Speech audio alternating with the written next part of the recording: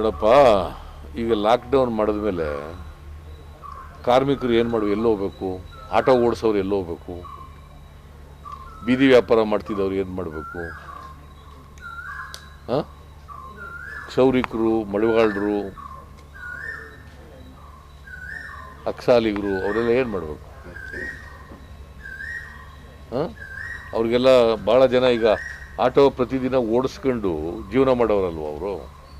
ಆಟೋನೇ ಓಡಿಸ್ತೇ ಹೋದರೆ ದುಡ್ಡು ಎಲ್ಲಿಂದ ಬರ್ತದೆ ಅವರಿಗೆ?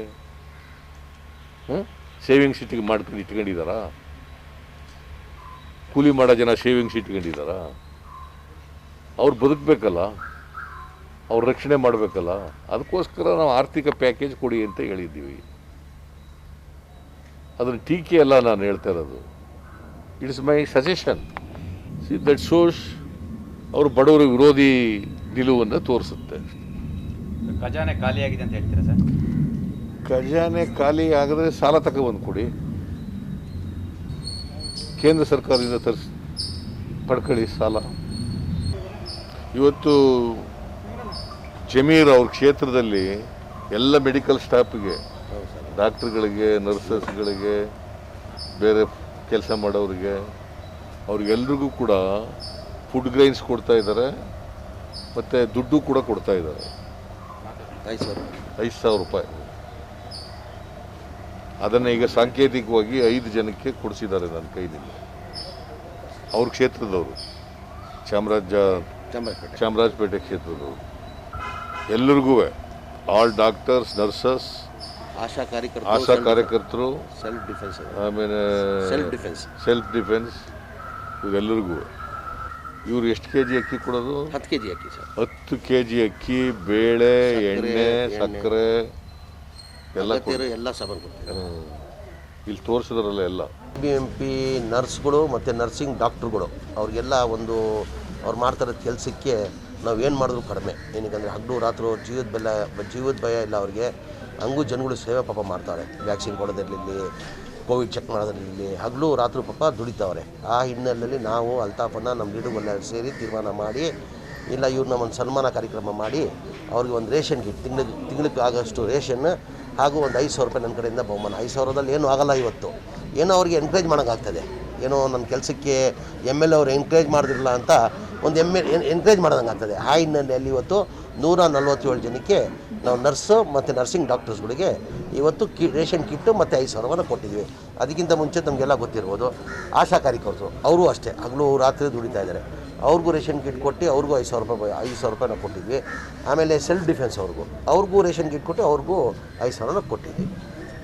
ಇಲ್ಲ, ಈಗ ಅವ್ರ ದುಡಿಮೆಗೆ ನಾವು ಗುರುತಿಸಲೇಬೇಕಾಗ್ತದೆ. ಏನಕ್ಕಂದರೆ ತಮ್ಗೆ ಗೊತ್ತೇ ಇದೆ, ಈಗ ಕೋವಿಡಲ್ಲಿ ತಂದೆ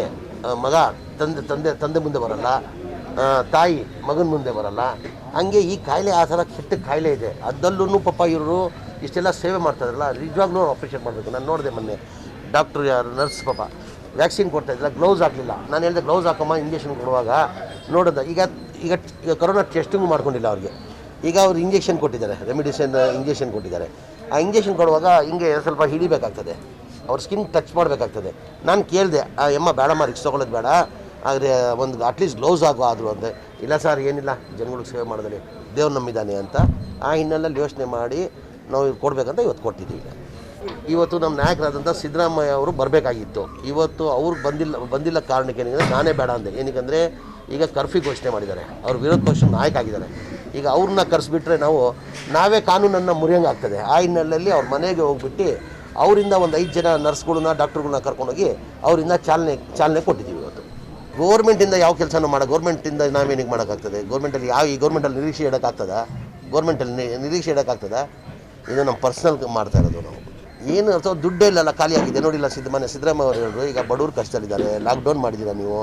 ಈಗ ಕೂಲಿ ಮಾಡೋರು, ಫುಟ್ಪಾತಲ್ಲಿ ವ್ಯಾಪಾರ ಮಾಡೋರು, ಆಟೋ ಓಡಿಸೋರು ಎಲ್ಲಿ ಹೋಗಬೇಕು? ಅಟ್ಲೀಸ್ಟ್ ಏನಾರ ಒಂದು ಅವ್ರ ಕರ್ಫ್ಯೂವರೆಗೂ ಅವ್ರಿಗೇನಾರು ಒಂದು ಕೇಂದ್ರದಿಂದ ಅದ್ರ ದುಡ್ಡು ಸಾಲ ತೊಗೊಂಡು ಏನೋ ಒಂದು ಮಾಡಬೇಕಾಗ್ತದೆ. ಈ ಸರ್ಕಾರದಲ್ಲಿ ಏನೇನಿಲ್ಲ. ಈಗ ನೋಡಿ, ನಮ್ಮ ಸ್ಟಾಲಿನ್ ತಮಿಳ್ನಾಡಲ್ಲಿ ಬಂದ ತಕ್ಷಣ BPL ಕಾರ್ಡ್ಗೆ 4,000 ರೂಪಾಯಿ ಅಂತ ಘೋಷಣೆ ಮಾಡಿ ಈಗ 4,000 ಕೊಡ್ತಾ ಇಲ್ವಾ?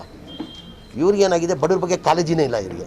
ಇವ್ರು ಬರೇ ಮಾತಾಡೇ ಕಾಳ ಕಟ್ಬಿಡ್ತಾವ್ರೆ. ಈಗ ಜನ ನೋಡ್ತಾ ಇರ್ಬೋದು ನೀವು, ಎಲ್ಲ ಸೋಷಿಯಲ್ ಮೀಡಿಯಾದಲ್ಲಿ ನೋಡಿ, ತೂ ಮೈ ಅಂತ ಉಗಿತಾವ್ರೆ BJP ಅವ್ರಿಗೆ.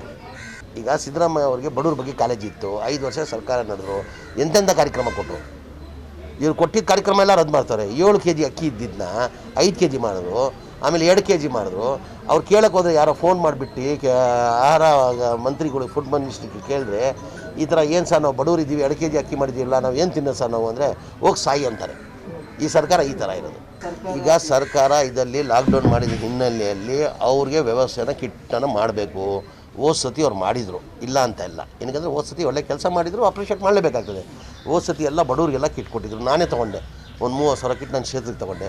ಈ ಬಾರನ್ನು ಕೇಳ್ಕೊಂಡು ನಾವು, ಸರ್ ನಮ್ಮಲ್ಲಿ 7 ಸ್ಲಮ್ ಇದೆ, ಪಾಪ ಬಡವ್ರು ಎಲ್ಲಿ ಹೋಗಬೇಕು, ಅಟ್ಲೀಸ್ಟ್ ಹೋದ ಸತಿ ಕೊಟ್ಟಂಗೆ ಕಿಟ್ ಕೊಡಿ ಅಂದರೆ ನಮ್ಮ ತಗೊಂಡು ದುಡ್ಡಿಲ್ಲ ಅಂತಾರೆ. ಆಯಿತು, ಬಡವ್ರು ಕಷ್ಟದಲ್ಲಿರುವಾಗ ಸಾಲ ಮಾಡಿ ನೀವು, ಇಲ್ಲ ಕೇಂದ್ರದಿಂದ ತೊಗೊಳ್ಳಿ, ನೀವು ಕೇಂದ್ರದಿಂದ ಸಾಲ ತೊಗೊಳ್ಳಿ ನೀವು. ಅವ್ರಿಗಂದ್ರೆ ಬಡವ್ರ ಬಗ್ಗೆ ಕಾಳಜಿ ಇಲ್ಲ ಅಂತ ಆಯಿತು.